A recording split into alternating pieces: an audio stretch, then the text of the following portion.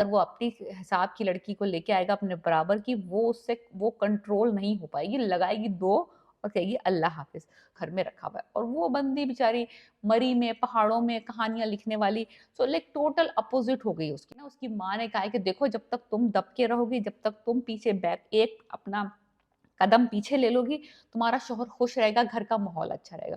हाय guys, मैं फिर हाज़िर हूँ। इस वक़्त डिस्कस कर रहे हैं ड्रामा सीरियल पामाल की एपिसोड 9 और 10। उस्मान मुख्तार, सबा कमर का ड्रामा है। एक टॉक्सिक रिलेशनशिप है। रज़ा और मलका की दिखाई है एक रिलेशनशिप, मियाँ-बीवी हैं दोनों, और जो रज़ा का कैरेक्टर वो दिखाया है वो ऑब्सेसिव, कंपल्सिव, कंट्रोलिंग, टॉक्सिक किस्म का बंदा दिखाया है जो कि अपने पार्टनर की लाइफ़ को कंट्रोल करना चाहता है और उसकी कभी फॉल्ट नहीं होता किसी भी चीज़ में। Like he is always right, he wants to make all the decisions, और वो मलका को ही गलत साबित कर देता है किसी ना किसी तरीके से। मलका का ये है रोल जो दिखाया है कि मुझे जो एतराज़ था, मैंने पहले भी कहा था कि इस तरीके से आप जब रिलेशनशिप में आते हैं विदाउट नोइंग योर पार्टनर, सिर्फ़ उसकी फ़िज़िकल अपीयरेंस देख के और सिर्फ़ 2 डेढ़ मुलाकातों के बाद आप सिर्फ़ आउटसाइड देख के जब इस तरह के रिलेशनशिप में रश इन होते हैं, तो इस तरह के सिनेरियोज़ डेवलप हो सकते हैं। नॉट ऑल द टाइम, लेकिन हो सकते हैं। मैंने पहले भी ये कहा था कि लड़कियों खबरदार हो जाओ, चाहे लड़का कितना भी अच्छा लग रहा हो, कितना भी हैंडसम हो, कितना भी हॉट हो, कितना भी सक्सेसफुल लग रहा हो, तुमसे कितनी ही मोहब्बतों का इज़हार कर रहा हो, उसके साथ पहले टाइम स्पेंड करो, उसको जानो, उसको समझो, उसका पता लगाओ, अपने घरवालों से कहो उसका पता लगाएँ, उसका बैकग्राउंड पता कराओ, तब जाके शादी करो। कोई ज़रूरत नहीं है, चाहे वो कितना ही सोने का बना हुआ हो, कितना ही शहद से उसकी ज़ुबान कितनी ही मीठी हो, no. First spend the time, don't rush into marriage. यही मलका की मैंने कहा था कि फॉल्ट है इस ड्रामे में जो दिखाया है कि शी रश्ड इनटू इट। और उसके साथ जो रज़ा, जो उसके बाद जो रेड फ्लैग्स इस बंदे के आए हैं, हुआ कुछ यूँ है कि वो बंदी जब तक उसकी चाहे गलती हो या ना हो, वो माफ़ी माँग ले तो ये बंदा खुश है। वो बंदी, और मुझे ये भी नहीं लगता कि जो मलका माफ़ी माँगती है मोस्ट ऑफ द टाइम, वो माफ़ी इसलिए माँग रही है कि उसको लगता है कि वो फ़ॉल्ट पे। वो सिर्फ़ इसलिए माफ़ी माँगती है अपने शौहर से कि आप प्लीज़ आई एम सॉरी, क्योंकि ना उसकी माँ ने कहा है कि देखो जब तक तुम दब के रहोगी, जब तक तुम पीछे बैक एक अपना कदम पीछे ले लोगी, तुम्हारा शौहर खुश रहेगा, घर का माहौल अच्छा रहेगा।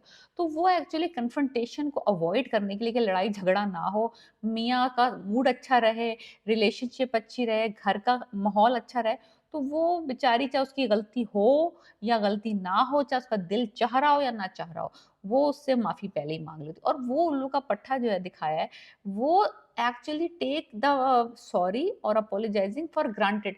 ओह! नहीं, नहीं, नहीं, तुम्हें बस एज़ लॉन्ग कि तुम्हें अपनी गलती का एहसास हो गया, मुझे बस यही चाहिए था, माफ़ी माँगने की तुम्हें कोई ज़रूरत नहीं है। इतना इरिटेटिंग बंदा है, इतना इरिटेटिंग बंदा है। एनीवेज़ वो बंदी ने क्योंकि घर अलग कर लिया तो उसने कहा कि चलो मेड रख लेती हूँ। मेड में कौन-सा कोई इतना बड़ा इश्यू था, साथ वालों के घर की मेड थी, उसने घर रख ली, ये उस पे फ्लिप। लाइक फ्लिप होने के लिए इस बंदे को कोई जो है ना वो नहीं चाहिए, इश्यू नहीं है। लाइक कोई भी इश्यू हो, छोटा-मोटा वह पैसा ये उसके हाथ में नहीं रख रहा, उसको कोई पॉकेट मनी दे रहा, उसको कहीं बाहर जाने की इजाज़त नहीं है, उसको किसी से बात करने की इजाज़त नहीं, अपने कज़न से बात करने की, मिलने की इजाज़त नहीं है, किसी को घर पे इनवाइट करने की इजाज़त नहीं है, मेड रखने की इजाज़त नहीं है। She can not have anything, she can not right, she can not do anything. बस वो अपने घर में ना एक जैसे, तो जैसे तोते को पिंजरे में बंद कर देते हैं ना, वैसे उसको बंदे को घर में रखा हुआ है। और वो बंदी बेचारी मरी में, पहाड़ों में कहानियाँ लिखने वाली, सो लाइक टोटल अपोज़िट हो गई उसकी life, like completely like upside down वाली सिचुएशन। अब वो हो रही है फ्रस्ट्रेटेड। लेकिन जब वो अपनी माँ और अपनी ममानी के पास जाती है, तो वो जो लोग पुराने ख़्यालात के हैं, वो यही कहते हैं कि देखो अभी तुम्हारी शादी को दिन ही कितने हुए हैं, अपनी ज़ुबान बंद रखोगी ना, तो तुम्हें फ़ायदा होगा। जहाँ तुम्हारी ज़ुबान खुली तो मर्द जो है ना, वो तुम्हें निचोड़ के डोरी पे डाल देगा, टाँग देगा तुम्हें, अगर तुमने ज़ुबान खोली तो। अपनी ज़ुबान बंद रखो और अपने मियाँ को जताओ कि he is doing a lot for you, और तुम ना उसका शुक्रिया अदा किया करो, उसका शुक्रिया अदा किया करो। हर बात में उसका शुक्रिया अदा किया करो।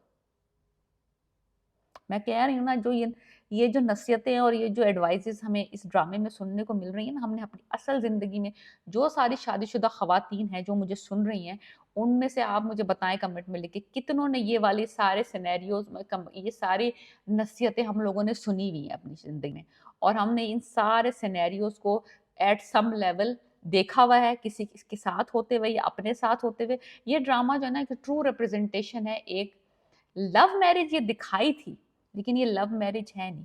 बिकॉज़ लव मैरिज में दोनों पार्टनर जो होते हैं इन लव है। ये एक बंदा लव में था और दूसरा बंदा जिन्हें चूज़ किया है पर्टिकुलर टाइप ऑफ वुमन जिसको वो कंट्रोल कर सके। उसने अपने स्टेटस की लड़की, अपने बराबर की लड़की नहीं पसंद की बिकॉज़ ही न्यू कि अगर वो अपनी हिसाब की लड़की को लेके आएगा अपने बराबर की, वो उससे वो कंट्रोल नहीं हो पाएगी, लगाएगी 2 और कहेगी अल्लाह हाफ़िज़। सो एनीवेज़ बेचारी ने अपने घर इसके घर वालों की दावत नहीं हो सकती। इसने पहले वहाँ बुलाया था, वहाँ पे वो एक चावल और एक चिकन का सालन बना के चली गई थी, वहाँ ये ज़लील हुए।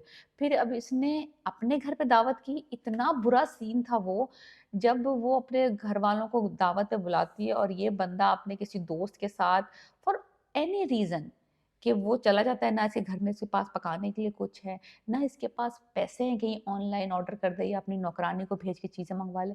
लिटरली ऐसा रखा हुआ है इसने इस बंदी को कि जैसे ना तो ये उसके बगैर ये कुछ ना कर पाए।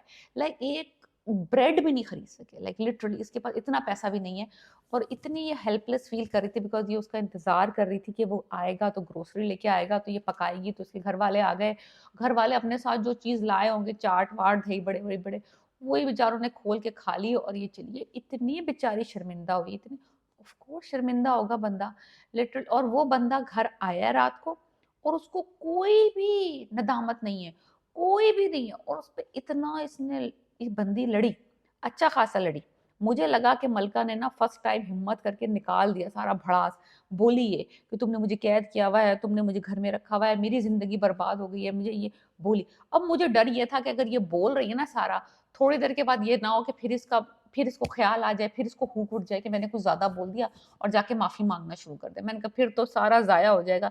ये सारा जो इसने बोला है, सब भड़ास निकाली है, जो इसको सुनाई हैं बातें इस कमीने को, इसकी हरकत के ऊपर, ये ना हो कि थोड़ी देर बाद इसके अंदर से फिर से वो मोहब्बत के फूल जाग जाएँ और फिर जाके उसे कहे कि नहीं मैं कुछ ज़्यादा बोल गई, आई एम सॉरी मुझे नहीं करना चाहिए था, आई इंसल्टेड यू। मैंने कहा प्लीज़ ये ना बोल दे कहीं। एनीवेज़ वो बोलने की नौबत नहीं आई, उसकी माँ साहिबा को जब इस सिनेरियो का पता चला, उसने अपनी बेटी को ऑफ कोर्स वही सारी पट्टियाँ पढ़ाई कि देखो अपनी ज़ुबान पे काबू रखो, बर्दाश्त करो, सब्र करो, वक़्त लगता है, रिश्ते निभाने में टाइम लगता है, तुम 2 कदम पीछे ले लोगी तो वो 1 कदम तुम्हारी तरफ आएगा, like all those kind of scenarios तो वो सारी बातें हुई। ये बंदा इतना कोई मैं कहती हूँ माइंड आंसा बंदे का दिमाग हिल जाए, लाइक लिटरली।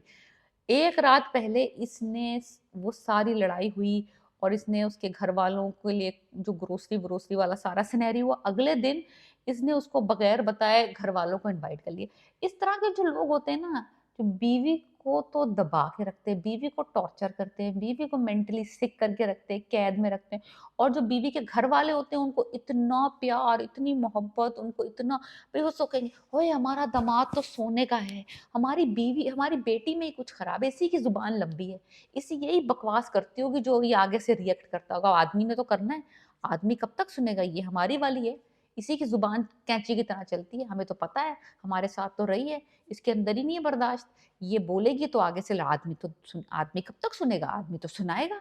तो वही वाला सिनेरियो इसमें चल रहा है, पहले उनको ज़लील कर बे लड़की को ज़लील करता है, उसके घर वालों को दावत पे बुलाता है, वो समझते हैं ओहो हो! रज़ा तो भाई बहुत अच्छा, हमारा दामाद तो बहुत अच्छा है। फिर उस अब मुझे लगता है कि एक लेवल वो आ गया है कि अब ना जब भी ये बंदी मुँह खोलती है ना, तो अब मुझे लगता है कि ये लड़ाइयाँ अब ना कम नहीं होंगी, लाइक कम नहीं होंगी, अब ये एक लेवल और ऊपर जाएगा।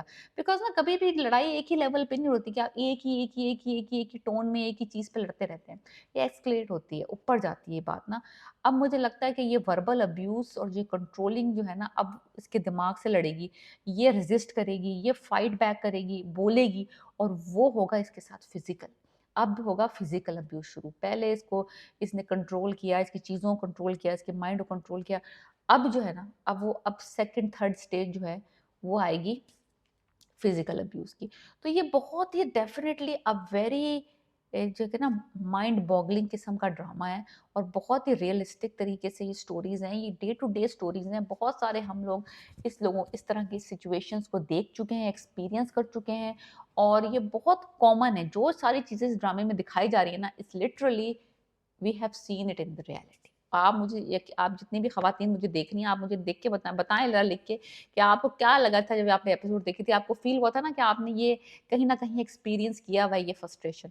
So I definitely recommend this to the women as well as to the men to watch this drama Pamal episode 9 and 10. Please subscribe my channel and let me know what do you think about my review and this drama.